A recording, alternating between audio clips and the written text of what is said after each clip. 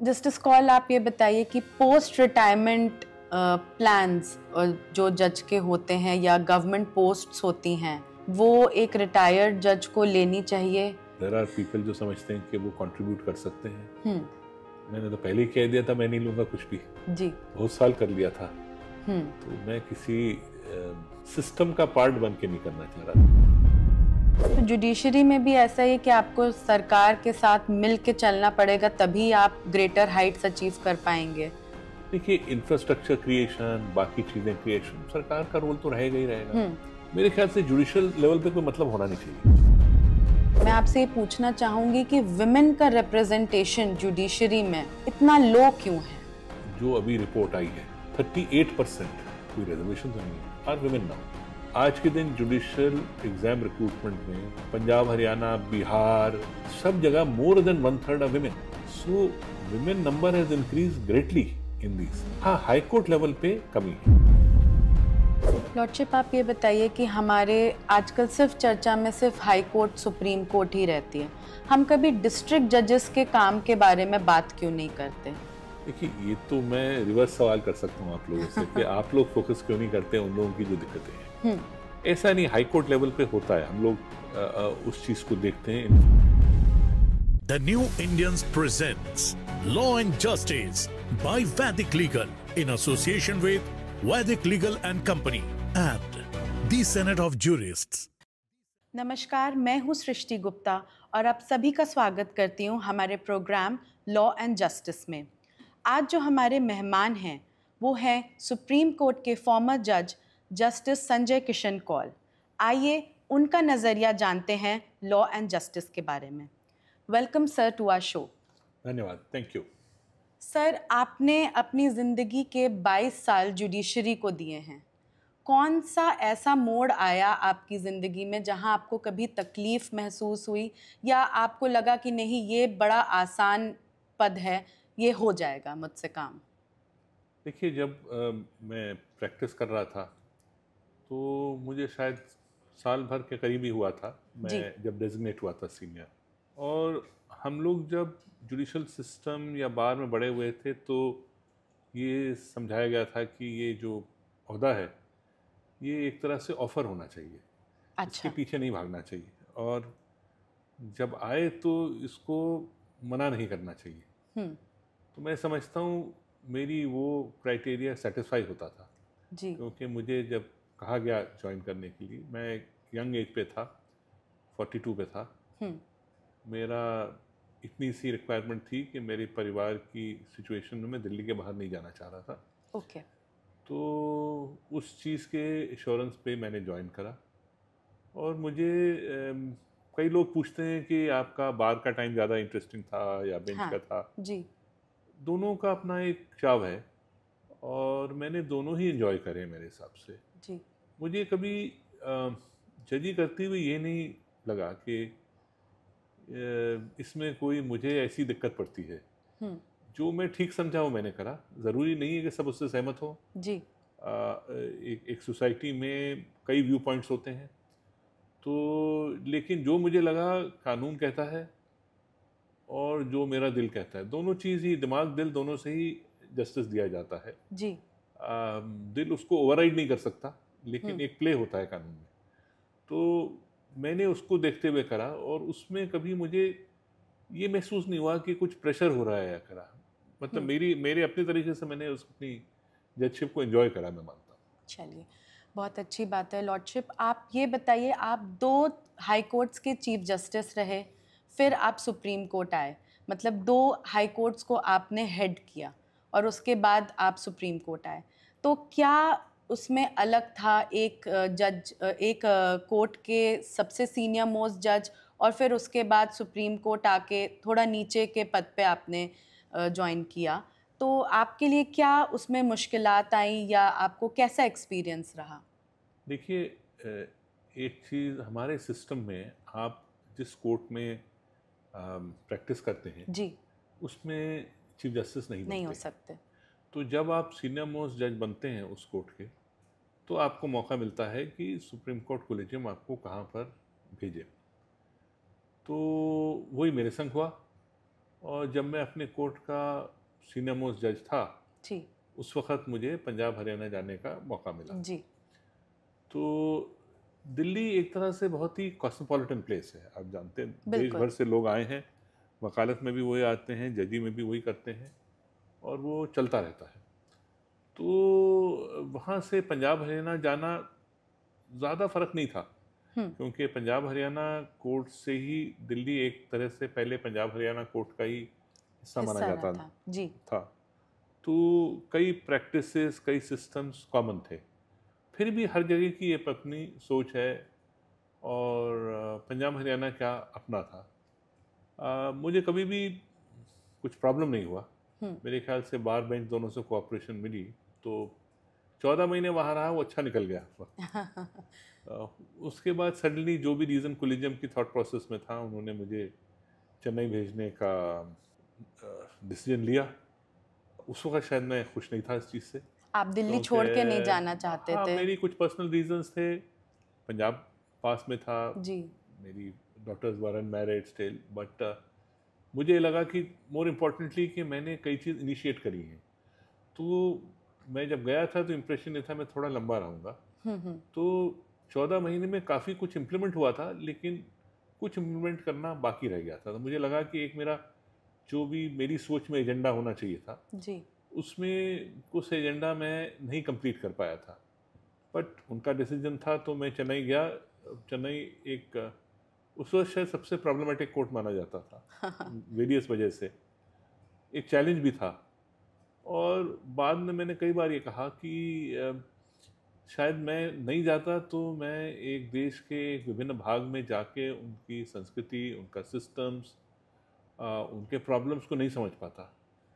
तो पर्सनली एक enriching experience था मेरे लिए जी कि मैं एक चेन्नई जो गया, 2.5 साल रहा वहाँ अल्टीमेटली, और चैलेंजिंग था। बट मुझे ये खुशी है कि बहुत कुछ जो मैं प्रयत्न करना चाहता था वो हुआ, और स्पेशली बेंच की मुझे कोऑपरेशन मिली बाय एंड लार्ज। बार भी आस्ते आस्ते उस बात पे आई।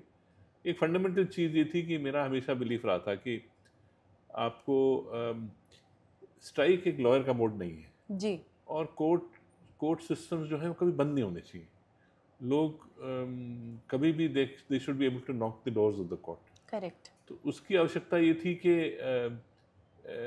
हर थोड़े दिन बाद कोई स्ट्राइक हो जाए, ये ठीक नहीं था। वहाँ ये प्रॉब्लम ज़्यादा परसिस्ट करती थी, कुछ एग्रेसिवनेस थी। बट इस 2.5 साल में शायद बार भी और मैं भी एक दूसरे को समझ पाए।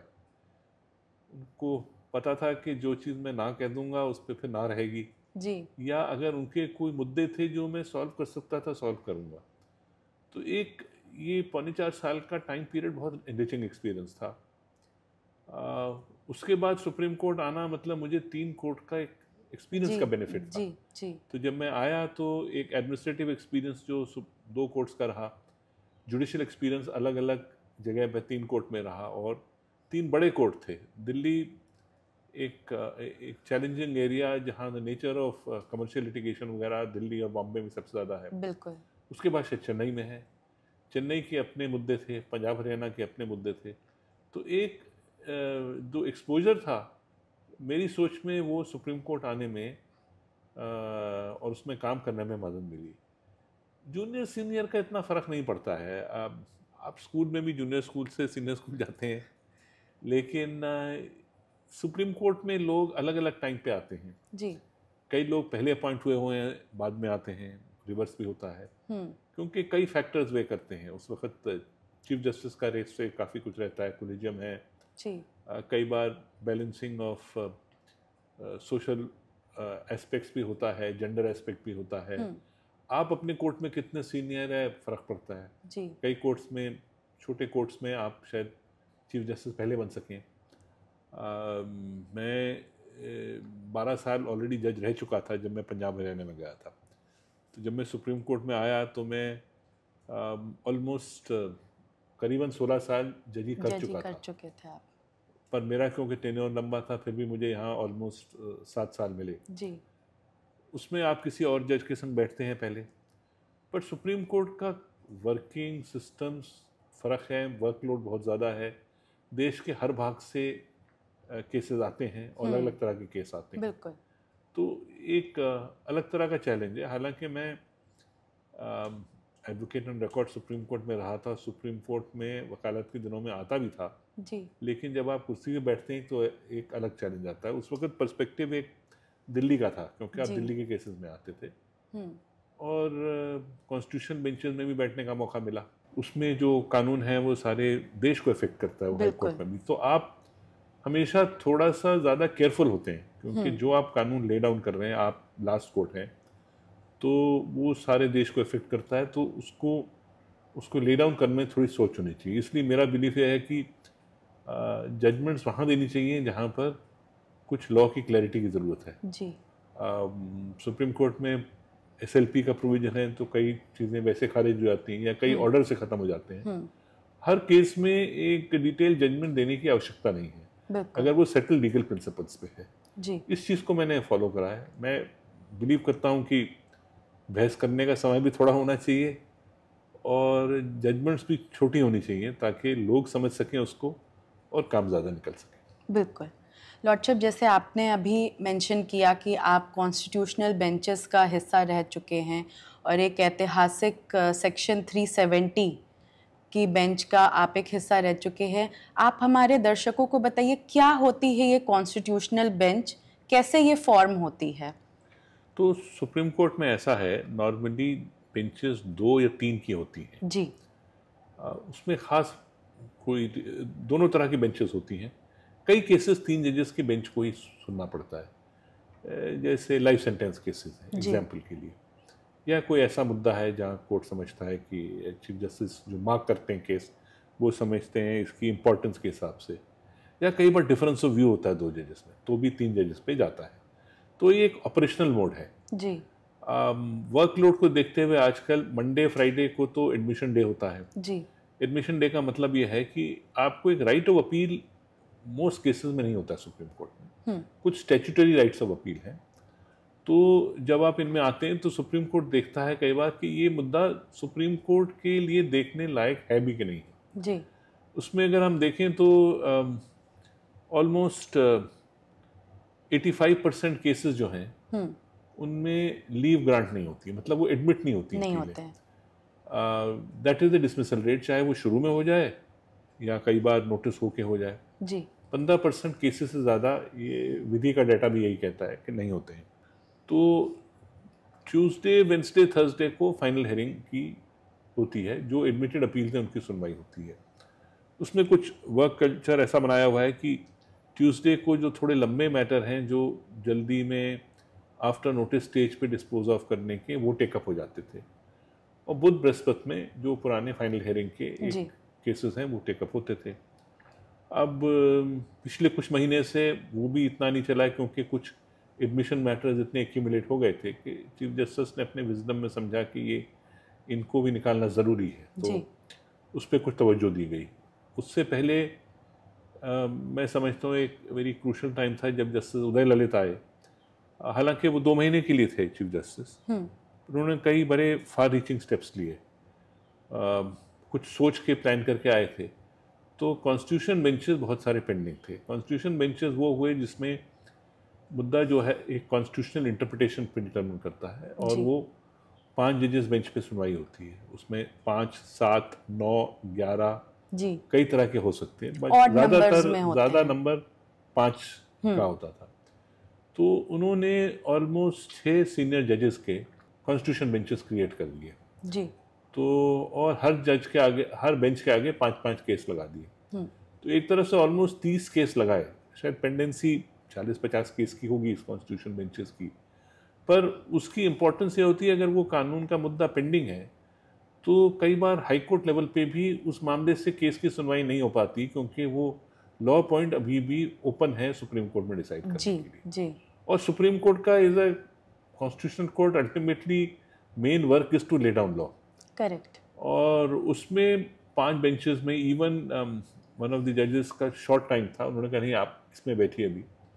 तो कॉन्स्टिट्यूशन बेंचेस की सुनवाई का एक प्रोसेस शुरू हो गया और वो काफ़ी आई थिंक सक्सेसफुल रहा, उनके बाद भी चलता रहा जी। नेक्स्ट चीफ जस्टिस भी चलाते रहे उस चीज़ को। बट इसमें मेरे ख्याल से एक जो मैं इस पॉइंट पे एम्फेसाइज करता हूँ कि तकरीबन सारे ही जजेस को किसी न किसी कॉन्स्टिट्यूशन बेंच में बैठने का मौका मिला। हमारे पास भी 5 केसेस थे जो एक कॉन्स्टिट्यूशन बेंच में सुने और डिसाइड करें। उसी तरह से उससे पहले एज कंपैरेटिवली शुरुआत में मैं राइट ऑफ प्रिवेसी पे हुआ था, 9 जजेस बैठे थे, बिल्कुल, उसका भी मैं हिस्सा था जी। उसके बाद भी एक आध और आर्बिट्रेशन के इशू पे उठे, सडनली उस पर लार्जर बेंच बैठा, या 370 का मुद्दा था जो आपने कहा। तो इंटरप्रिटेशन ऑफ कॉन्स्टिट्यूशन जहाँ इन्वॉल्व हो और कॉन्स्टिट्यूशनल इश्यूज रेज्ड हो, वो नॉर्मली कॉन्स्टिट्यूशन बेंचेस पे जाते हैं। लॉर्डशिप, आप ये बताइए, आप कोलिजियम का हिस्सा रह चुके हैं अपने हाई कोर्ट लेवल पे भी और सुप्रीम कोर्ट लेवल पे भी, और कहा जाता है कोलिजियम सिस्टम बहुत ही ओपेक है, और एक उसके लिए एक सर्टेन वर्ड कहा जाता है, भाई भतीजावाद चलता है। ये इसमें कितनी सच्चाई है और क्या होता है इस कोलिजियम सिस्टम में? देखिए, कॉन्स्टिट्यूशन ओरिजिनली जब फ्रेम हुआ था तो उसमें एज सच कोलिजियम सिस्टम का कोई जिक्र नहीं है जी। ये क्रिटिक आती है, बट मेरे हिसाब से कुछ देश में जुडिशल सिस्टम्स के ऐसे हालात थे जब 1990s में इम्प्रूव करने के लिए जब कॉन्स्टिट्यूशन बेंचेस बैठे तो उन्होंने सिर्फ ये बात चीफ जस्टिस और सरकार के बीच में हो जाए, उससे बेहतर ये समझा कि एक्सपैंड होके जो ओपिनियन ऑफ चीफ जस्टिस की फॉर्मेशन जो है वो फर्स्ट 3 या 5 जजेस पे डिपेंड करे किस चीज़ पे है। सो जो सिस्टम लागू हुआ उसमें हाई कोर्ट से चीफ जस्टिस इन कंसल्टेशन में 2 सीनियर जजेस नाम रिकमेंड करता है जी। वो नाम स्टेट गवर्नमेंट के पास जाते हैं, स्टेट गवर्नमेंट अपनी ओपिनियन देता है, आईबी अपना इनपुट देती है, फिर वो लॉ मिनिस्ट्री के पास जाता है, लॉ मिनिस्ट्री सब आईबी रिपोर्ट लेके, स्टेट गवर्नमेंट लेके अपनी ओपिनियन देख के जी उसको सुप्रीम कोर्ट कोलिजियम में भेजती है। और 3 जजेस सुप्रीम कोर्ट के हाई कोर्ट के नाम्स को देखते हैं। तो जब लोग ओपेक की बात करते हैं तो ऐसा है कि ये मैदान में खड़े होकर तो नहीं डिटरमिन हो सकता है कौन जज बनेगा। ये प्रोसेसेस सिलेक्शन के उसमें चेक एंड बैलेंसेस हैं। हाँ, जो शुरू में किसका नाम जाना चाहिए जी, उस पर कई बार ये कंट्रोवर्सी उठती है। जहाँ तक भाई भतीजावाद का है, देखिए ये लीगल प्रोफेशन आज के दिन एक एक्सपेंडेड प्रोफेशन है, अलग अलग तबके के लोग आए हैं बिल्कुल, बट कहीं ना कहीं एट सम स्टेज ज़्यादातर लीगल फैमिलीज के लोग थे जी जो इसमें आते थे। तो अगर आप देखना शुरू कर दें कि कोई किसी का अब एक दूर से रिश्तेदारी है या कुछ है, तो ये तो बड़ी मुश्किल की बात हो जाएगी। बट मैं ये मानता हूँ, मैं कोलिजियम का पार्ट रहा, कि हमने कभी इस चीज़ को नहीं देखा कि कौन किसका रिलेटिव है या कौन किसका, एटलीस्ट मैं जितने कोलिजियम्स का पार्ट रहा और उसमें हाई कोर्ट में फर्स्ट 3 में रहा एज फर्स्ट जज, पंजाब हरियाणा में चीफ जस्टिस रहा, चेन्नई में चीफ जस्टिस रहा, जहाँ शायद 2 कोर्ट्स में मैं जो ठीक समझता था वो चला पाया, और सुप्रीम कोर्ट में भी उसका पार्ट रहा। कैसे चलता है सिस्टम, अगर आप देखें एटलीस्ट 2 कोर्ट्स का मैं कह सकता हूँ, तीसरे का भी क्योंकि पार्ट था, जजेस बैठ के देखते हैं जिनको लोग, आफ्टर ऑल वकील अपीयर होते हैं, आप देखते हैं उनका मेरिट क्या है। कहीं ना कहीं कभी ये भी देखना पड़ता है कि वो एक जजशिप की प्रोसेस में फिट इन करता है कि नहीं। इसलिए मैं कहता हूँ कि कई बार बड़े इंटेलिजेंट वकील हैं, बट अगर जजेस को फील होता है उसकी कुछ रेपुटेशन पे इश्यूज हैं या उसका टेम्परमेंट ऐसा है कि वो कुर्सी में बैठ के पेशेंस लेवल है कि नहीं जी, और उसकी थॉट प्रोसेस है कि नहीं।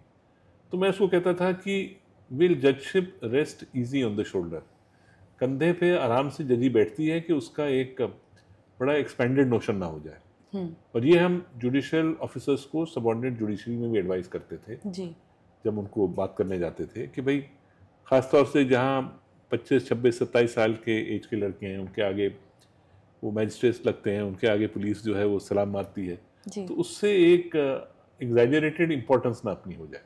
मेरा मानना ये था कि शायद एक जज का कोई जो बेटा बेटी नेफ्यू नीस है, he is not precluded from appointment as a जज, ये मेरा बिलीफ है। लेकिन शायद उसको 10% दूसरे से बेहतर होना पड़ेगा ताकि सब कहें कि ये नॉमिनेशन ठीक है। ठीक है। अदरवाइज अगर आप देखिए हर नाम जो जाएगा तो 50 जने ऐसे होंगे जो कहेंगे कि मेरा नाम क्यों नहीं गया, और 200 जने ऐसे होंगे जो कहेंगे कि चाहे इसका नाम मेरा नाम जाए ना जाए, इसका नाम क्यों गया। तो नंबर ऑफ पीपल जो जज बन सकते हैं लिमिटेड है, स्पेशली हाई कोर्ट लेवल पे। तो जो प्रैक्टिस मैं फॉलो करता था ये कि भाई अपने सिर्फ कोलिजियम जजेस से ही नहीं, जूनियर जजेस से भी, मीडियम लेवल जजेस से सजेशन मांग लीजिए, कौन से वकील हैं जिनको आप ठीक समझते हैं। मैंने सीनियर मेंबर्स ऑफ बार को भी कंसल्ट करा, उनसे भी इट्स एन इनपुट जो मैंने लिया। इनपुट लेने के बाद ये ज़रूरी था उसको छांटना, क्योंकि एक नए कोर्ट में गए थे, आई वांटेड कि सब तरफ से थे। मैं एक पर्सनली इनफॉर्मली आईबी से भी ले लेता था एक डिटेल आईबी रिपोर्टिंग कि भाई कोई ऐसी चीज़ मुद्दा तो नहीं है इसके इशू में जो बाद में जाके उस नाम को प्रॉब्लम होगी।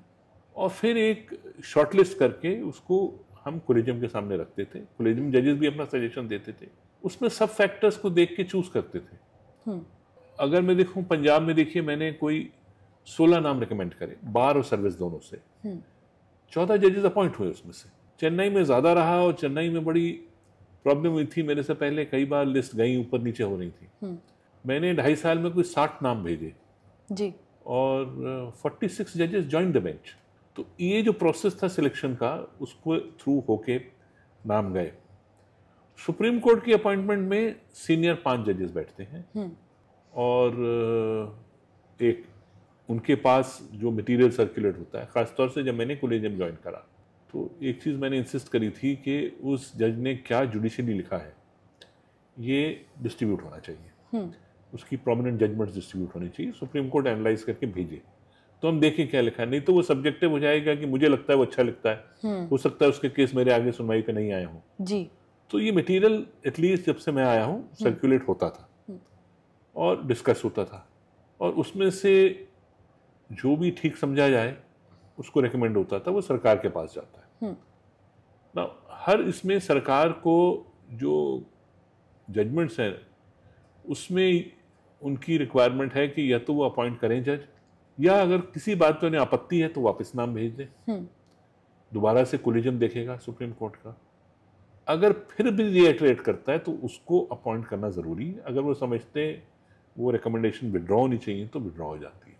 बट खासतौर कुछ सालों से प्रैक्टिकली ये हो रहा था कि नाम बहुत अरसे तक अटके रहते थे जी जी। कहीं ना कहीं पॉलिटिकल सिस्टम को ये ख्याल था कि हमारी सुनवाई नहीं होगी, क्योंकि से इन दी अर्लियर सिस्टम ज़्यादा होता था। ये क्वेश्चन नहीं है कि किस सिस्टम में जज बेटर हुए या किस सिस्टम में जज कम बेटर हुए, जैसे बट एक गवर्नमेंट का बहुत ज़्यादा इन्फ्लुएंस अब हम देख पा रहे हैं जुडिशरी में। तो वो इन्फ्लुएंस को आप इसलिए कहते हैं कि भाई वो नाम रोक लेते हैं, जिस चीज़ को पर्सनली मैं पसंद नहीं करता हूँ। मैंने जुडिशली भी इस चीज़ को उठाया था, डील करा था कि भाई टाइमलाइंस हैं उसमें ले डाउन करिए, बट वो for what ever reasons carry forward नहीं हुआ है। उसका एक खास वजह यह है कि at some stage national judicial commission appoint करने का प्रयत्न करा गया था, पार्लियामेंट ने ऑलमोस्ट यूनानिमसली पास करा था। तो लेजिस्लेटर्स को ये व्यू है कि ये पार्लियामेंट का था जिसमें जुडिशियल की भी व्यू थी, गवर्नमेंट की भी व्यू थी। फर्स्ट 3 जजेस बैठते थे, लॉ मिनिस्टर बैठते थे, 2 इंडिपेंडेंट आदमी मतलब डिफरेंट एस्पेक्ट्स ऑफ सोसाइटी के भी बैठ सकते थे राइट। उसकी सिलेक्शन कहीं ना कहीं चीफ जस्टिस और एग्जीक्यूटिव और अपोजिशन के कंकरेंस से बनती थी। तो उनको लगता था ज़्यादा ट्रांसपेरेंट सिस्टम है। ये क्वाश हो गया और ये चीज़ पॉलिटिकल सिस्टम ने डाइजेस्ट नहीं करी कभी। उनको लगा ये कैसे हो सकता है, ये जो है उसमें एक व्यू ये थी कि जजेस जो हैं जुडिशियल प्रिडोमिनेंस उसमें नहीं रहता है, क्योंकि वो 6 जनों का मेंबर था, तो अनलेस 4 जने माने तो वो अटक जाता। अब एक तरीका उसका जो मैं समझता हूँ हो सकता था इन रेट्रोस्पेक्ट वाज कि उसको फाइन ट्यून करा जाता, या सरकार को कहा जाता कि भाई 2 न्यूट्रल्स की जगह 1 न्यूट्रल रख लीजिए आप, तो 5 जजेस में हो सकता है, 5 मेंबर्स में हो सकता है, या चीफ जस्टिस को कास्टिंग वोट दी जाए। बट समहाउ वो वहाँ जो बहस बन गई वो कुछ इस तरह की बन गई कि भाई पहला सिस्टम बेटर था या अब सिस्टम बेटर था, वो अल्टीमेटली पूरा ही वॉश हो गया।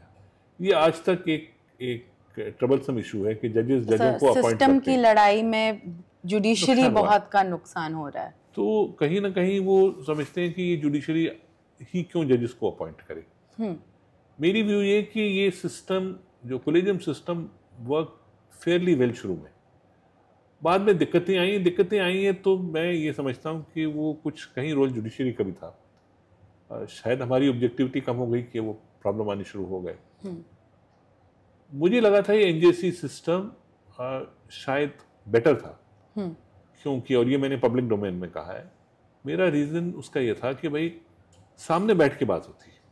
बात तो आज भी हो रही है, ये नहीं कि बात नहीं होती है। चीफ जस्टिस बात करते हैं, तो बजाय एक, I call it backroom discussion, एक सामने होता तो ज़्यादा ट्रांसपेरेंसी होती है। और ये कहना कि सरकार का कोई से नहीं रहेगा, ये तो किसी सिस्टम में भी नहीं होता है, बिल्कुल कहीं ना कहीं रहता है, नहीं तो वही क्रिटिसिज्म आ जाएगा जी। तो ये एक डिबेट है। अब उसको चेंज करने के लिए दोबारा कोई एक्ट आना चाहिए कि नहीं, उसका पॉलिटिकल कंसेंसस बनेगा कि नहीं बनेगा, and how will it be seen by the judiciary, एक चैलेंज रहता है। शायद आज के दिन उस पर कंसेंसस बनाना भी इतना आसान नहीं होगा। हालांकि उस मॉडल को लेके शायद बन सकता है law, tweaking it in certain aspects. Lordship, हमने देखा कि आजकल जजेस के जजमेंट से ज़्यादा उनके स्टेटमेंट्स ज़्यादा हाईलाइट होते हैं मीडिया में। तो क्या कुछ जजेस अपने आप को लाइमलाइट में रखने के लिए ये करते हैं कि वो देश की नज़र में बने रहें, या उनको ऐसा लगता है कि नहीं वो कुछ करेक्ट बोल रहे हैं, उनकी बात पहुंचनी चाहिए? आपका इस पे क्या व्यू है? दोनों वजह हैं। देखिए, जज पब्लिक डोमेन में ऑन लीगल एस्पेक्ट्स बोलते हैं, लेक्चर्स के लिए बुलाए जाते हैं, लॉ स्कूल्स में बुलाए जाते हैं, तो कुछ ना कुछ कहेंगे। बट मेरा बिलीफ है कि जज को अपनी जजमेंट्स के थ्रू ही बोलना चाहिए जी। लेकिन आप आज के दिन मीडिया कवरेज भी ऐसा है, मैं कोर्ट में सुनवाई कर रहा हूँ, मैं देख रहा हूँ वो उसी वक्त अपने मोबाइल पे मैसेजेस भेज रहा है जी, साइमल्टेनियसली हो रहा है। समटाइम्स टू एन एक्सटेंट कि मुझे जर्नलिस्ट को कहना पड़ा कि जरा सा मुझे वकील ही नहीं दिख रहा, जरा आप पीछे होके कर लेंगे जो भी करना है जी तो इंस्टेंट सिस्टम्स हैं जी। इस वजह से क्या होता है कि और उस पर कमेंट्स आते हैं।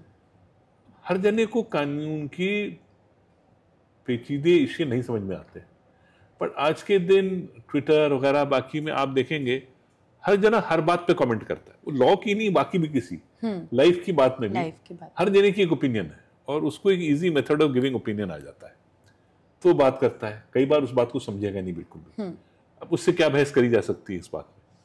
तो ये बोथ रीजंस हैं कि वो पब्लिक डोमेन में जा रहे हैं और स्क्रूटनी बहुत ज़्यादा बढ़ गई है। और मैं समझता हूँ ये भी एक वजह है।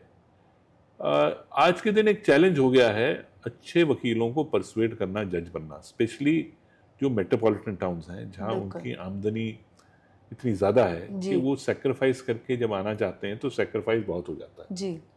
दूसरा, बहुत सारे फर्स्ट जनरेशन लॉयर्स आए हैं, मेरे हिसाब से उनकी जजशिप में आना अच्छा है, बट वो उनको लगता है कि हम इसको अपने फाइनेंशियली अपनी स्टेबलाइज करना चाहते हैं जी। और ये मैं पर्सनल एक्सपीरियंस से कह सकता हूँ, कई ऐसे नेशनल लॉ स्कूल ग्रेजुएट्स हैं जिनसे मैंने पर्सनली बात करी to accept this responsibility, but वो कहीं ना कहीं कुछ बहाना बना के इसमें से निकल जाते थे। सरकार में जो डिले है सिस्टम में वो भी एक डेटरेंट है अच्छे वकीलों के लिए आने के लिए, वो दूसरा एक रीज़न है। और तीसरा, आपके 10 पुश्त आगे पीछे के लिए बात कहनी शुरू हो जाएंगे लोग, जिसको कुछ पता नहीं है वो है कि भी नहीं, आप ढूंढते रहिए। और ऐसे बहुत सारे इश्यूज उठे हैं कई बार। मैं नहीं कहता हूं कि कई बार इश्यूज, क्योंकि इनपुट कहीं ना कहीं आईबी का इनपुट है, सरकार का इनपुट है, जजेस अपना इनपुट भी लेते हैं। आज के दिन फ्यूचर हाईकोर्ट जजेस को इंटरव्यू कर रहे हैं जी, हालांकि शॉर्ट इंटरव्यू में एक लिमिटेड ही स्क्रूटनी हो सकती है, उसका सारा मटेरियल होता है, किस केस में वो अपीयर हुआ है, क्या बहस करी है उसने कोई किसी बात पे लिख रहा है, उसके आर्टिकल हैं, ऐसा नहीं कि मटेरियल नहीं है जी। तो ट्रांसपेरेंसी बेहतर हो सकती है, हुई है मेरे हिसाब से, बट ये मैदान में खड़े होकर नहीं अपॉइंटमेंट्स हो सकती. That is not a system which is possible. तो अगर हर जना सोचेगा कि मैं डिटरमिन करूंगा कि वो जज बनना चाहिए कि नहीं, और मेरी व्यू है जी, तो इतनी ओपिनियटेड सोसाइटी में जहाँ इतने डिवाइडेड व्यूज हैं, ये पॉसिबल नहीं मेरे हिसाब से. लॉर्डशिप, हम देख रहे हैं कि हमने अभी रिसेंटली सुना कि वाइस प्रेसिडेंट ऑफ इंडिया थोड़ा जुडिशरी से नाराज़ दिखे अपने स्टेटमेंट में. क्या आप उनकी बात से सहमत हैं कि जुडिशरी में करप्शन आ गया है, या जजेस अपनी पोजीशन मतलब बहुत अच्छे जजमेंट्स नहीं दे रहे हैं, उसका मिसयूज़ हो रहा है? आप क्या उनसे सहमत हैं? देखिए, सहमति और असहमति नहीं कही जा सकती ऐसी चीज़ में. वो एक इम्पोर्टेंट कॉन्स्टिट्यूशन पोस्ट होल्ड करते हैं. उनकी एक व्यू है. तो एक व्यू ये भी है उनकी कि भाई ये एनजेसी कैसे क्वॉश कर दिया गया जब पार्लियामेंट से. जी, शायद उनकी view even on the basic structure doctrine नहीं मिलती है, जो मुझे लगता है एक बेडरॉक ऑफ कॉन्स्टिट्यूशन है. इंटरप्रिटेशन से है, लेकिन वो है. दूसरा, करप्शन का ऐसा देखिए, ये कि सोसाइटी का एक स्ट्रक्चर है. लोग कहते हैं जुडिशरी में करप्शन आ जाती है, तो अंदर आके झांकिए कि किस सिस्टम ऑफ सोसाइटी में नहीं है. अगर एक जनरल सोसाइटी में 90% लोग ऑनेस्ट होंगे in what ever they do, तो वो आप एक्सपेक्ट कर सकते हैं कि 98-90%, 99% जजेस को भी होना चाहिए. कोई एक सिलेक्शन प्रोसेस जाते हैं, एक सर्टन लोगों को लिया जाता है. हमारे यहाँ क्या वो ऑनेस्टी लेवल हैं सोसाइटी में? Political system, journalism, corporate sector, किसी में भी आप देख लीजिए, तो वो ऊपर से टपकता नहीं है. वो वकालत में लिया हुआ ही जज है. बिल्कुल. उसमें प्रयत्न तो करा जाता है कि ऐसा जना हो जो नहीं करे, बट एपिसोड्स उठते हैं, उठेंगे. ये कभी कोई एक एब्सोल्यूट सिनारियो नहीं है. अगर आप पॉलिटिशियंस की भी सोचना शुरू कर दिए कितने लोग क्या कर रहे हैं, तो बहुत सारी चीज़ें निकलती हैं. बिल्कुल. तो जजेस की एक एक्सपेक्टेशंस हायर है, एंड होनी भी चाहिए. लेकिन एब्सोल्यूट 100% सोल्यूशन तो मेरे ख्याल से किसी का नहीं हो सकता है. एक डिबेट उन्होंने चालू करी है. उस डिबेट में वेदर कोई नया लॉ बन सकता है कि नहीं बन सकता है, और वो कॉन्स्टिट्यूशनल मस्टर करता है कि नहीं, ये आगे की सोचने की बात है. आप इसके बारे में क्या सोचते हैं लॉर्डशिप, कि ये जो लोगों का जो न्याय से विश्वास उठता जा रहा है, क्योंकि अब ये चीज़ें लोगों के सामने आ गई हैं कि हाँ जुडिशरी में भी करप्शन है, तो इसको कैसे ख़त्म कर सकते हैं, या आप क्या सोचते हैं कि लोगों को किस तरीके का भरोसा दिलाना चाहिए? देखिए, ये तो हमेशा से था, पता था. विजिबिलिटी ज़्यादा हो गई है बात की, पर लोग कोर्ट में क्यों आते हैं मुझे बताइए? इतने लाखों केसेस क्यों फाइल हो रहे हैं? अगर फेथ ही नहीं है तो वो डंडा लेके बाहर अपना नतीजा निकाल लेंगे. जी, आ रहे हैं तभी फेथ है ना. जो आपकी लिटिगेशन कोर्ट में आती है is the reflection of the faith in the judiciary still. मैं नहीं कह रहा हूँ कोई परफेक्ट सिस्टम है, फिर भी लोगों को लगता है कि कोर्ट आके शायद कोई नतीजा निकले जो ज़्यादा फेयर होगा. हमारा सबसे बड़ा चैलेंज ये है कि जो टाइम पीरियड हम ले रहे हैं वो अनएक्सेप्टेबल है. आज के दिन टेक्नोलॉजी का इतना इस्तेमाल है कि किसी को एक्सपेक्ट करना 20-20 साल तक अपनी केस का नतीजा निकले, ये एक प्रॉब्लम है. बट वो क्यों है, उसका रीज़न देखना पड़ेगा. सरकार इज मोर देन 50% लिटिगेंट. बिल्कुल. मोस्ट देशों में ये नहीं होता है. तो सरकार को सोचना पड़ेगा इतनी लिटिगेशन वो क्यों क्रिएट करती है. एक सर्विस लिटिगेशन कहलाती है, जो गवर्नमेंट सर्वेंट्स या जो पब्लिक सेक्टर्स में काम कर रहे हैं. One of the biggest areas of litigation supreme court में भी इनकी है.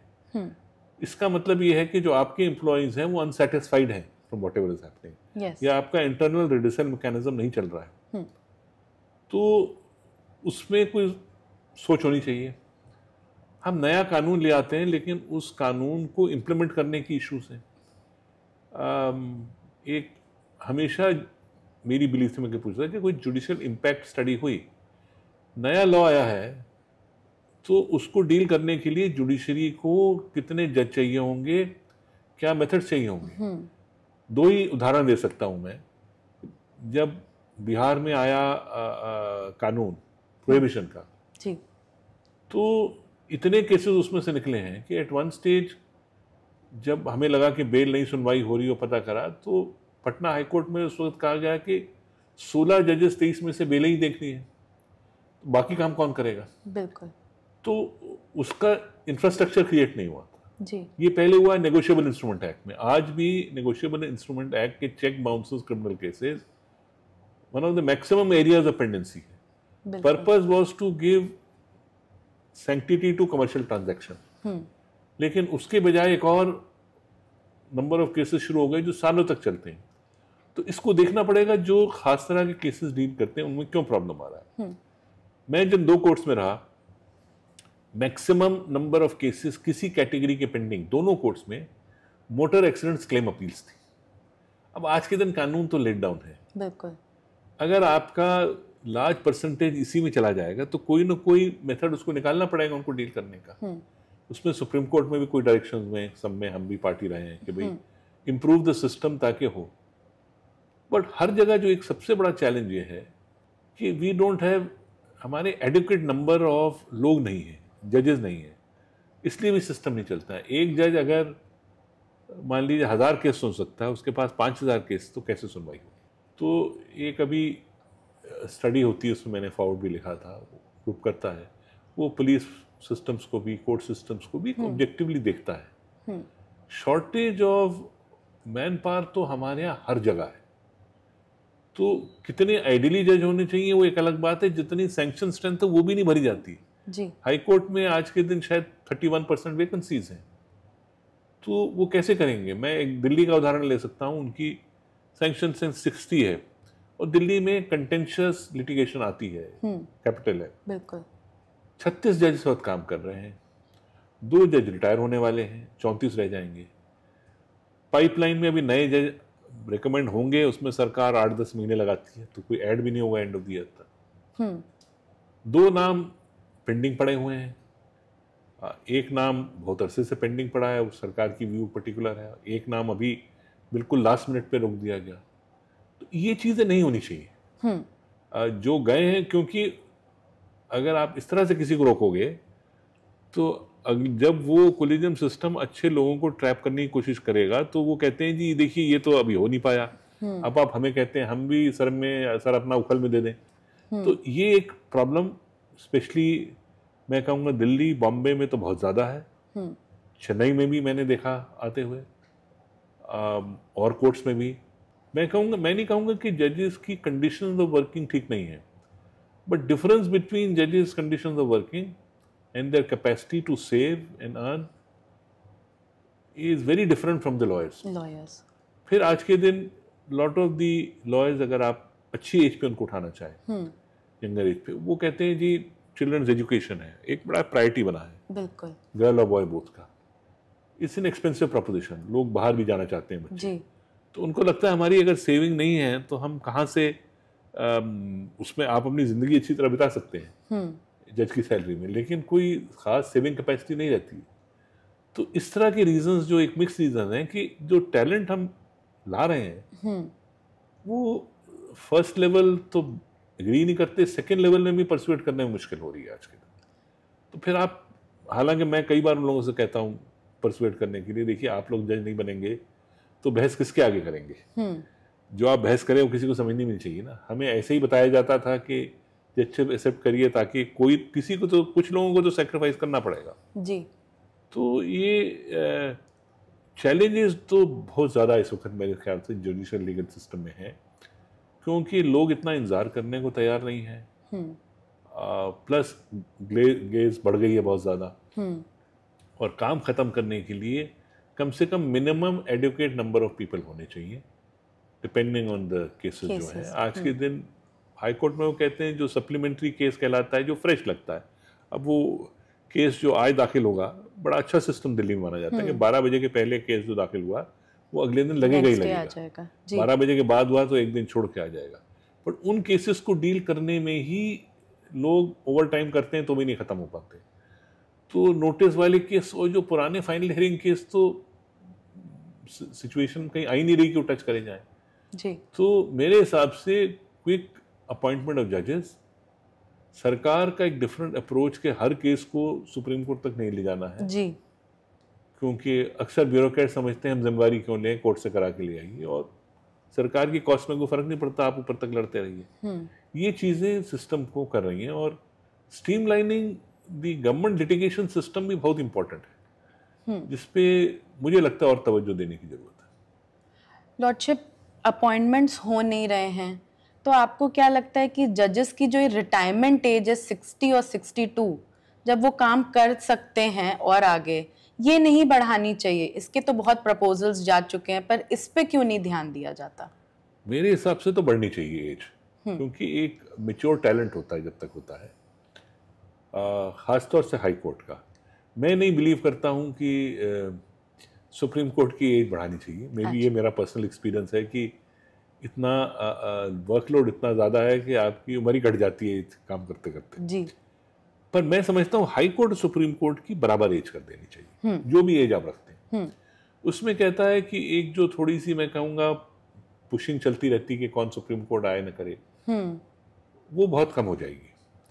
After all chief justice of high court और सुप्रीम कोर्ट के पक्ष में कोई फर्क नहीं, शायद सुप्रीम कोर्ट हाई कोर्ट का chief justice is a little better of, plus उसको पता है कि उसको टाइम पीरियड काम करने का उतना मिलता है। हाँ। सो ये पहले भी बात उठी, लेकिन कहीं ना कहीं होती थी कि नहीं जी सुप्रीम कोर्ट की बढ़ा दीजिए। I don't agree. सो मेरी व्यू ये कि गवर्नमेंट को at least for the time being high court की एज 62 से 65 करके सुप्रीम कोर्ट के बराबर कर दें, तो जो वैकेंसीज पड़ी हुई हो 3 साल और वैकेंसी नहीं होंगी, शायद एक सीरियस एफर्ट करा जाए तो उन वैकेंसीज को फिल करने का भी प्रयत्न करा जा सकता है। लॉर्डशिप, आप ये बताइए कि हमारे आजकल सिर्फ चर्चा में सिर्फ हाई कोर्ट सुप्रीम कोर्ट ही रहती है, हम कभी डिस्ट्रिक्ट जजेस के काम के बारे में बात क्यों नहीं करते? हम कभी उनको अप्रिशिएट क्यों नहीं करते, या हम कभी उनके लिए उनकी जो तकलीफ़ें हैं वो कभी बाहर नहीं आती, जबकि लोअर लेवल पे काम ज़्यादा होता है? देखिए, ये तो मैं रिवर्स सवाल कर सकता हूँ आप लोगों से कि आप लोग फोकस क्यों नहीं करते उन लोगों की जो दिक्कतें हैं। ऐसा नहीं, हाई कोर्ट लेवल पे होता है, हम लोग उस चीज़ को देखते हैं। In fact when justice Gogoi was chief justice, मैं उनके संग बैठा था, तो almost once in a month वो लेते थे, ये केसेस होते थे कि भाई infrastructure creation for district courts, support manpower, क्योंकि एक जज आता है तो अकेला नहीं आता, उसके संग स्टेनो चाहिए, उसके संग स्टाफ चाहिए, उस स्टाफ का क्रिएशन। वो हर हाई कोर्ट से उन्होंने एक इनपुट मांगा था, स्टेट गवर्नमेंट से मांगा था इम्प्रूव करने के लिए सिस्टम्स। क्या है, कई जगहों पे जो पुराने कोर्ट्स वगैरह हैं, कई रेंटेड उसमें चल रहे हैं, अपनी बिल्डिंग्स नहीं है, इंफ्रास्ट्रक्चर नहीं है। ये कुछ कोर्ट्स में बेटर है, कुछ में कम है। मैं पंजाब हरियाणा में गया तो देखिए, हरियाणा स्टेट पंजाब में सेपरेट होने के बाद पूरा एक इंफ्रास्ट्रक्चर क्रिएट हुआ है, कोई कमी नहीं है इंफ्रास्ट्रक्चर की। सिमिलरली पंजाब में अपग्रेड हुआ है, कोई इंफ्रास्ट्रक्चर की कमी नहीं है। दिल्ली में इंफ्रास्ट्रक्चर बढ़ाया जा सकता है, बट है, अच्छा इंफ्रास्ट्रक्चर है। चेन्नई में था, चैलेंज था ये बहुत बड़ा, क्योंकि बहुत मद्रास हाई कोर्ट एक पुराना कोर्ट है, उस बिल्डिंग के साथ एक डिस्ट्रिक्ट कोर्ट उसी बिल्डिंग में है, एक तरीके उसका नया एरिया आइडेंटिफाई हुआ है बनाने के लिए, बट ये इंफ्रास्ट्रक्चर क्रिएशन में बहुत समय लग जाता है। प्रॉब्लम की बात ये है, अगर वो एरिया जो एक्सपेक्टेड था, और मेरा भी सोच था कि वो भी हाई कोर्ट में मिला दिया जाए, तो हाई कोर्ट की कोई कमी नहीं है एरिया की। बट डिस्ट्रिक्ट लेवल पे सिचुएशन डिफरेंट है।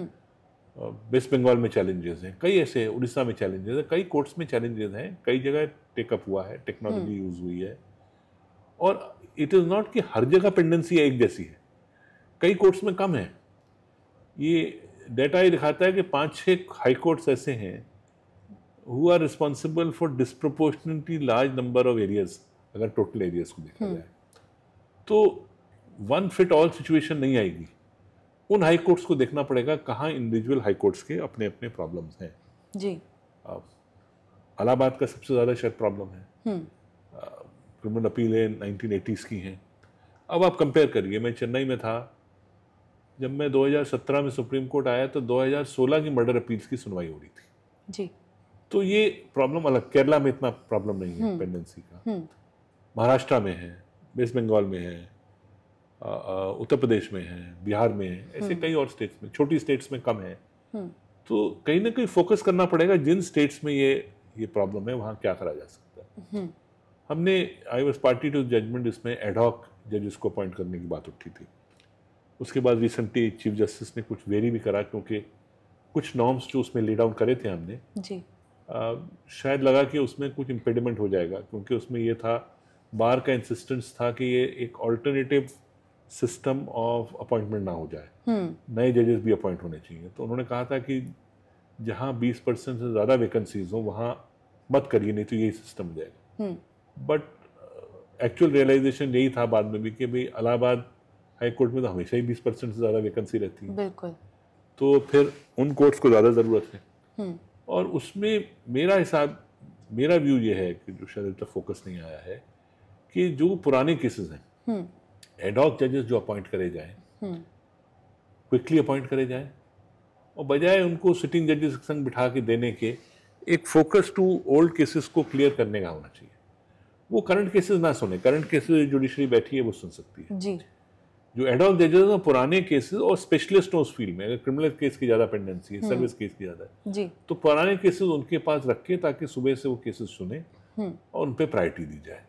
इस पे एक मेथड हो सकता है उस चीज़ को करने का। छाटे जाए केसेस तो मेरी बिलीफ है, जो मैंने इतने कोर्ट्स में देखा है, 20% केसेस तो ऐसे हैं जो हाथ लगाने की ज़रूरत है, बिल्कुल। और अगर वो निकल जाते हैं तो एक सिस्टम में कॉन्फिडेंस ज़्यादा होता है। जी, कहीं ना कहीं कोई इंटरेस्ट ही नहीं होता है ये यूजलेस से केस पढ़े, बट उस यूजलेस केस को भी हटाना ज़रूरी है, सिस्टम में से निकालना ज़रूरी है।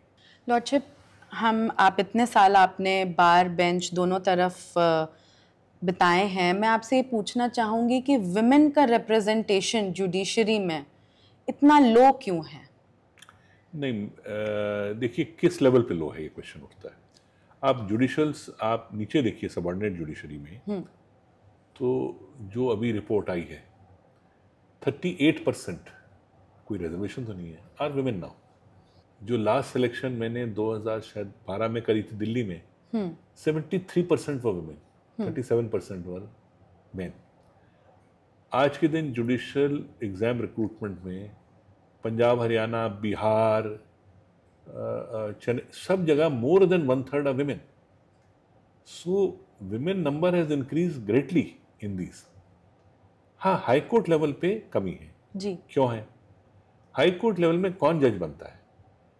नॉर्मली 45 to 48 के बीच से लेके 55 के एज को, उस ग्रुप में, एज ग्रुप में बनने के लिए किसी को 20-22 साल पहले वकालत में रहना चाहिए था जी। उस वक्त विमेन थे नहीं वकालत में। तो सडनली आप अगर कुछ नॉर्म्स रिलैक्स करके भी लीजिए और को दीजिए तो नहीं मिलते हैं इजीली। कई दिल्ली में है विमेन की प्रेजेंस है, अपॉइंटमेंट्स में आप कोर्ट्स में देख लीजिए, है लास्ट लॉट में विमेन की ज़्यादा नाम गए हुए थे। मद्रास में है, बॉम्बे में भी मिल जाते हैं, कई स्टेट्स में नहीं मिल रहे हैं और बिल्कुल जीरो ऑलमोस्ट प्रेजेंस है। वो जब हम उनसे पूछते हैं बिहार, उड़ीसा, तो कहते हैं कोई विमेन बार में है ही नहीं। मतलब आप एक बेंचमार्क अगर 50 का लगाइए तो 40-30 किसी भी तो होना चाहिए ना। अगर नहीं मिल रहे हैं तो क्या करा जाएगा? पर यंगर लॉयर्स बार में ज्वाइन करें। Women are now taking profession more seriously as a continuing factor, उसका एक रेगुलर करियर बना रहे हैं जी। तो यही चीज 10 साल बाद अगर देखी जाएगी तो विमेन जो रिलेवेंट एज में मिलेंगे आपको, जो अपॉइंट हो सकते हैं। इन द मीन टाइम जो सर्विस जजेस का कोटा 1/3 का होता है उसमें से आते हैं, उसमें भी विमेन की प्रेजेंस अब बढ़ने से और बढ़ जाएगी। बिल्कुल। तो ये एक वन डे सिचुएशन नहीं हो सकती है, but I think one of the best things appreciate करने की है कि उस रिपोर्ट में जिस पे उन्होंने एम्फेसिस दिया है कि one of the positive aspects उसका ये है कि आज सबऑर्डिनेट जुडिशरी में 38% वुमेन है, उसका कोई रिजर्वेशन नहीं हुआ जी जी। पार्लियामेंट में रिजर्वेशन के बावजूद इंप्लीमेंट नहीं हुआ, कितने वुमेन आते हैं, बट इस फील्ड में सडनली राइज है। हाई कोर्ट लेवल एक चैलेंज है, मैं आपको बता रहा हूँ क्यों रीजन। और सुप्रीम कोर्ट में भी सेम है। सुप्रीम कोर्ट में यही है कि हाई कोर्ट्स में कम है, तो लाने में आप अब 15वें नंबर पे कोई वुमेन जज तो नहीं ला सकते ना, कुछ उसको कुछ ईयर्स उसकी परफॉर्मेंस हाई कोर्ट में देखी जाएगी और फिर उसको अपॉइंट करा जाएगा। डायरेक्ट अपॉइंटमेंट भी जैसे इंदु मल्होत्रा का आया है, ऐसा नहीं है। सो एक हायरार्किकल सिस्टम है, नीचे रिप्रेजेंटेशन हो गई है, हाई कोर्ट लेवल पे आस्ते आस्ते होगी, सुप्रीम कोर्ट लेवल में भी मेरे हिसाब से आस्ते आस्ते ही बढ़ेगी। ये एक वन डे सोल्यूशन नहीं हो सकता इस चीज़ का। जजेस जब एक कोर्ट में सेटल हो जाते हैं और फिर कभी न्यूज़ आती है उनका ट्रांसफ़र हो गया है, तो ये कितना सही है? क्या ये ट्रांसफर्स जो होते हैं जजेस के, क्या ये पनिशमेंट के तौर से होते हैं, या कहीं किसी कोर्ट में बहुत ज़रूरत है तो इस जज को हमने भेज दिया, बल्कि वो जज उसी कोर्ट में बहुत सेटल्ड है और काम भी कर रहा है, तो ये ट्रांसफर्स क्यों होते हैं? देखिए, ट्रांसफर्स कहा तो ये जाता है कि एक एक्सपीरियंसी ऑफ जस्टिस डिलीवरी सिस्टम का है, और इसकी एक वजह नहीं होती है। कई बार स्मॉल केसेस हुए हैं कहाँ जज ने खुद भी कहा है मैं जाना चाहता हूँ बाहर, जो भी उसकी रीज़न है। कई बार लोगों को लगता है वो जज सीनियर हो गया, उसको एक एक्सपोजर इन अदर कोर्ट होना चाहिए बिफोर वो चीफ जस्टिस बने, लंबा टेन्योर। दूसरा रीज़न। तीसरा, कई बार लगता है किसी वजह से वो जो एक कैटेगरी में कहता हूँ कि जजशिप सेटल डाउन नहीं हो रही इजीली शोल्डर पे, तो शायद एक डिफरेंट माहौल में भेज के वो बेटर हो जाए। और चौथा, जिसको आप कहते हैं एक तरह से पनिशमेंट है, हाँ, उसके उस कोर्ट में कोई प्रॉब्लम्स हैं। अब वेदर वो सब सिचुएशन में दूसरे कोर्ट में भेज के उसका एक सोल्यूशन निकलता है कि नहीं, एक क्वेश्चन मार्क है जी। बट कहीं ना कहीं आप उसको अपने फेमिलियरिटी से शेकअप करके कहीं और भेजते हैं एज ए डेलिबरेट एक्शन। मेरा मानना है कि बाय एंड लार्ज ये रिकमेंडेशंस ठीक हुई हैं, इनमें गलतियां भी हुई हैं कुछ, मैं नहीं कहता कि गलतियां नहीं हुई हैं जी। रॉन्ग इन्फॉर्मेशन पे हुई, बट बहुत छोटी हैं वो। बट इसमें भी ये दिक्कत आई है, there are recommendations for transfer made जो 2-2 साल से पेंडिंग पड़ी हुई हैं। I was party to the recommendations जब चीफ जस्टिस चंद्रचूड़ थे, justice Khanna and I was there. Some of the states की तो 3-3, 4-4 एक भी नहीं हुई इनमें से। और वो ऐसे एडहॉक तरीके से नहीं होती, कहीं ना कहीं उस कोर्ट के जज जो सुप्रीम कोर्ट में होते हैं उनसे बातचीत करके पूछा जाता है। जब वो उस वक्त चीफ जस्टिस ने सोचा कि कुछ लोगों को बाहर ट्रांसफर करें, तो उसमें वन रीजन ये भी था कि भाई इनपुट ले लिया जाए। हमने इनपुट लिया था, उस बेसिस पे करा ट्रांसफर जी। ये भी एक और इशू गवर्नमेंट और उसका फ्रिक्शन है, क्योंकि मैं बिलीव करता हूँ कौन सा जज किस कोर्ट में काम करे इसका सरकार से कोई मतलब नहीं है। तो लॉर्डशिप, उस कोर्ट की वर्किंग डिस्टर्ब नहीं होती उससे? आप नहीं, इम्प्रूव करने का सिचुएशन है। डिस्टर्बिंग तो ऐसा है किसी और माहौल में जाके शायद कई बार बेहतर कर जाते हैं, और बाहर वाले भी आते हैं, तो डिस्टर्ब ऐसा सच नहीं। हाँ, उस जज के लिए डिस्टर्बेंस थोड़ी होगी, मैं मानता हूँ, पर्सनली भी डिस्टर्बेंस हो सकती है जी। बट एक लार्जर कैनवस में शायद उसको ट्रांसफर करना आवश्यक समझा गया। That is why the transfer has been made. और इसका पेंडिंग रहना मेरे हिसाब से एक प्रॉब्लम है, क्योंकि उसमें क्या होता है, फिर कहीं ना कहीं ये फीलिंग आती है कुछ लोग अपना शायद ट्रांसफ़र रोक पा रहे हैं क्योंकि वो सरकार में अटका देते हैं इस बात को। तो आप एक तरह से इनकरेज कर रहे हैं ना कि सरकार इनकरेज करती है कि वो उस चीज़ को अटकाएं, तो एक रोल बढ़ जाता है सरकार, वो होना नहीं चाहिए। तो जुडिशरी में भी ऐसा ही है कि आपको सरकार के साथ मिल के चलना पड़ेगा, तभी आप ग्रेटर हाइट्स अचीव कर पाएंगे? देखिए, इंफ्रास्ट्रक्चर क्रिएशन, बाकी चीज़ें क्रिएशन, सरकार का रोल तो रहेगा ही रहेगा। उसमें पर्सनल लेवल पे मैं पूछ रही हूँ, पर्सनल लेवल पे एडमिनिस्ट्रेटिव इश्यूज पे आता है झगड़ा। मेरे ख्याल से जुडिशियल लेवल पे कोई मतलब होना नहीं चाहिए। ये कहीं ना कहीं लोगों को समझना पड़ेगा कि एडमिनिस्ट्रेटिव रोल ऑफ ए जज एंड जुडिशियल रोल फर्क है।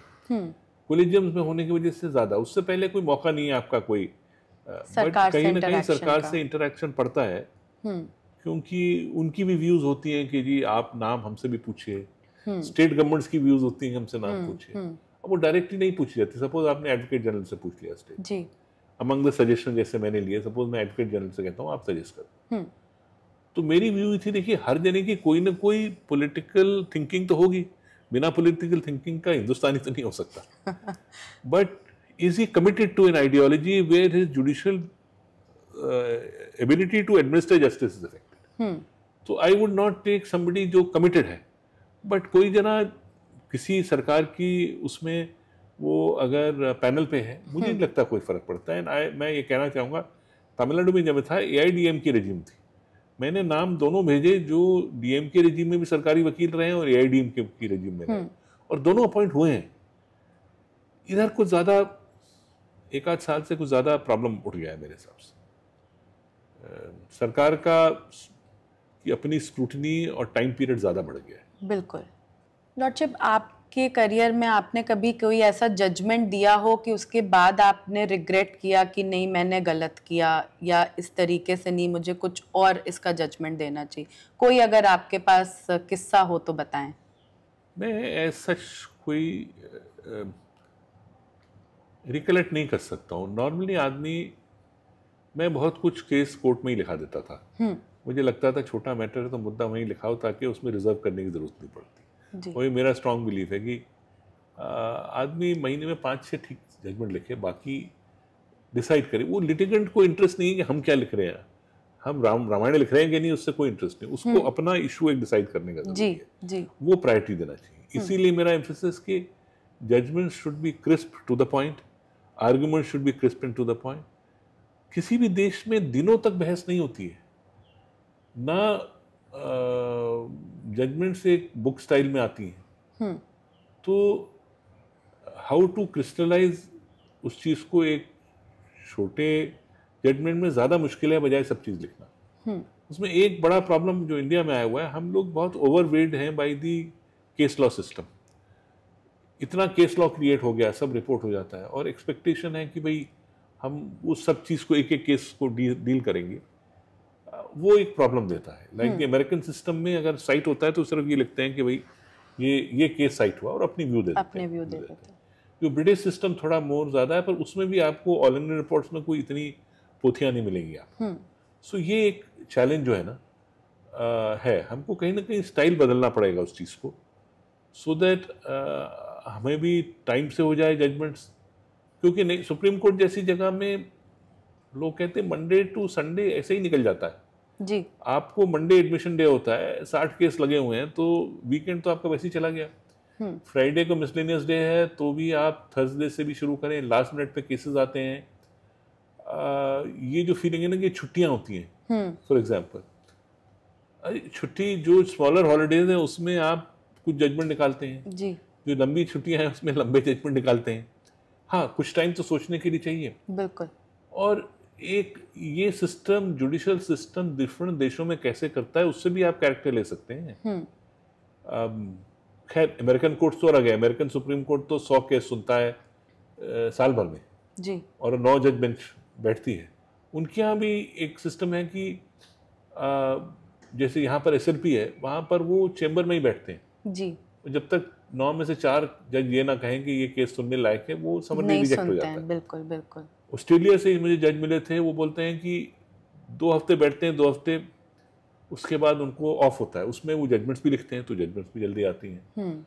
और जज को एक पढ़ना भी चाहिए लॉ, और लॉ के अलावा पढ़ना चाहिए। जज की पर्सनैलिटी इवॉल्व होती है बाय रीडिंग सो मच मोर।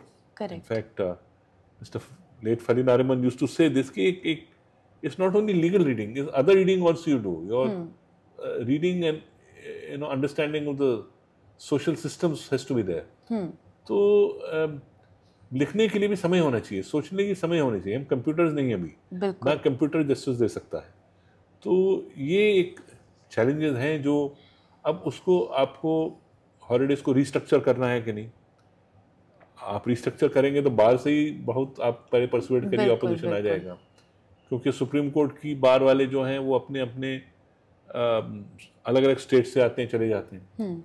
जज को अगर X number of working days है तो उससे कोई फर्क नहीं पड़ता, उसके उतने वर्किंग डेज हैं।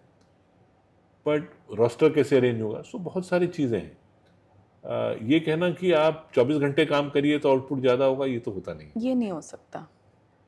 लॉर्डशिप, आज भी ये हमारे देश में कहा जाता है कि गरीबों के लिए जस्टिस अभी भी बहुत महंगा है। इसके लिए आपके पास अगर कोई प्लान या आपकी सोच में कुछ है कि हम कैसे छोटे तबके के लोगों की मदद कर पाएं, तो आप हमें अपने व्यूज़ बताएं इस पे। देखिए, एक तो लीगल एड सिस्टम है और ऑपरेट करता है। दूसरा, कई छोटे छोटे मुद्दे हैं जो लीगल एड वालों ने अलग अलग पैरालीगल रखे हैं, बाकी चीज़ शुरू करी है। दी आइडिया है कि छोटे मुद्दे वहीं ख़त्म हो जाए जी। हर चीज़ कोर्ट में आने की ज़रूरत नहीं होनी चाहिए। तो सेटलमेंट्स, मीडिएशन पे आज कॉन्फ्रेंसेस हो रही हैं, एम्फसाइज हो रही हैं, क्योंकि किसी भी देश में सब केस लिटिगेशन में नहीं जाते हैं। मुझे मौका मिला, मैं US गया था जस्टिस एक्सचेंज प्रोग्राम में, हम कैलिफोर्निया गए।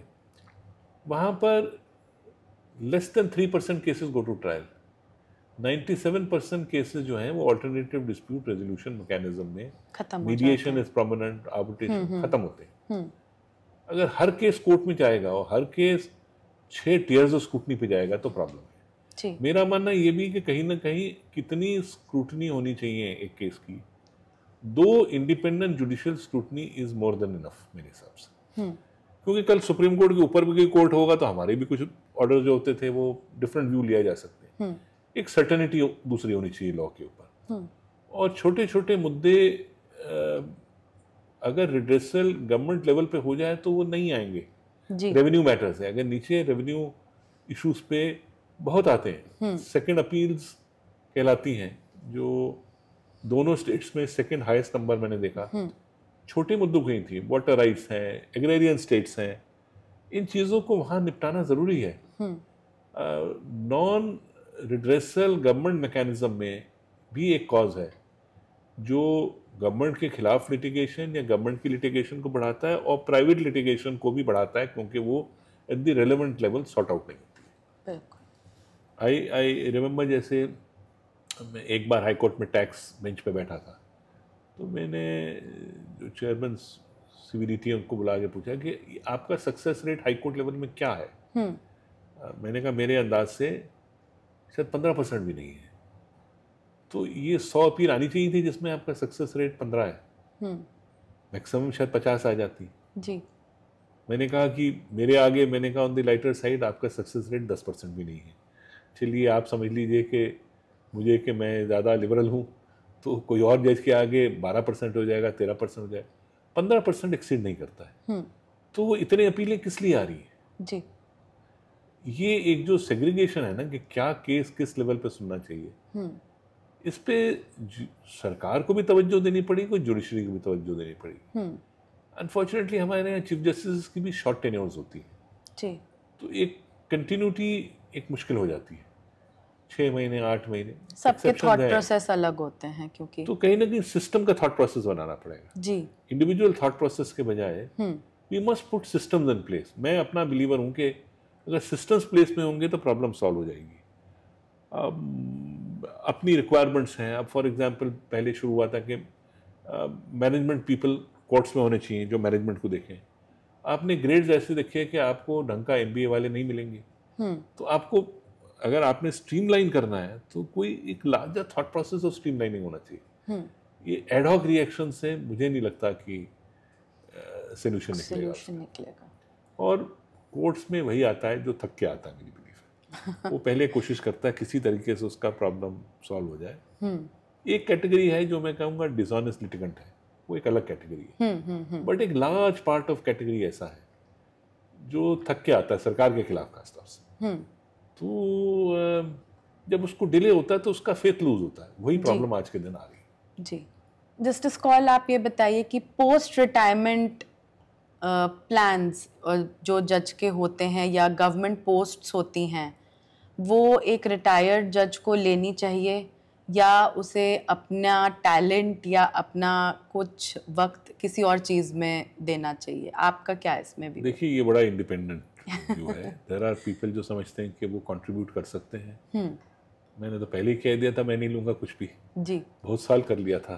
तो मैं किसी सिस्टम का पार्ट बन के नहीं करना चाह रहा था। मैं जाता हूँ, मैं बोलता हूँ, आपके संग बोल रहा हूँ, लेक्चर भी देने चला जाता हूँ, आर्बिट्रेशन भी करता हूँ, मीडिएशन मेरे पास आती हूँ, करता हूँ, इंस्टीट्यूशंस पे हेड कर रहा हूँ कई।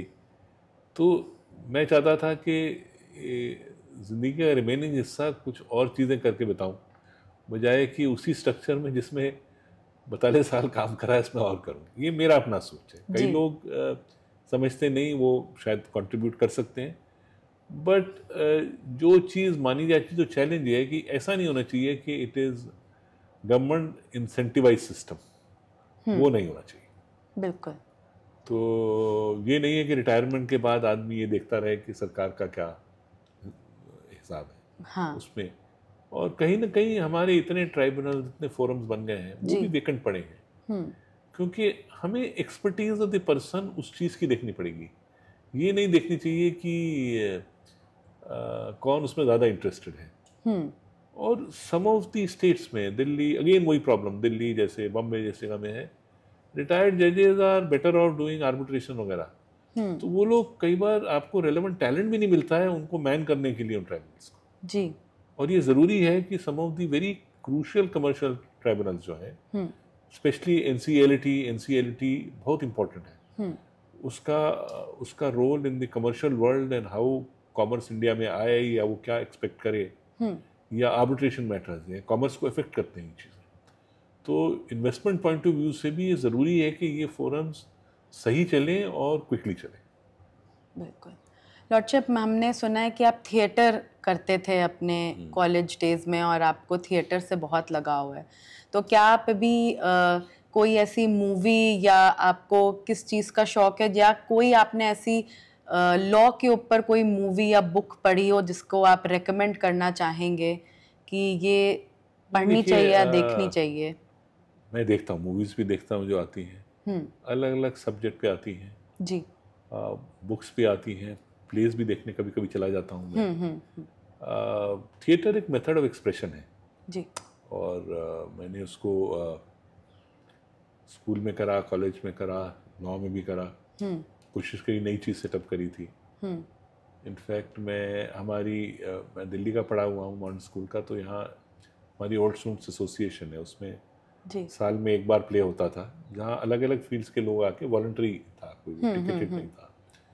जज बनने के बाद भी मैंने चीफ जस्टिस से पूछ के 2 प्लेस में पार्ट लिया, अच्छा करा।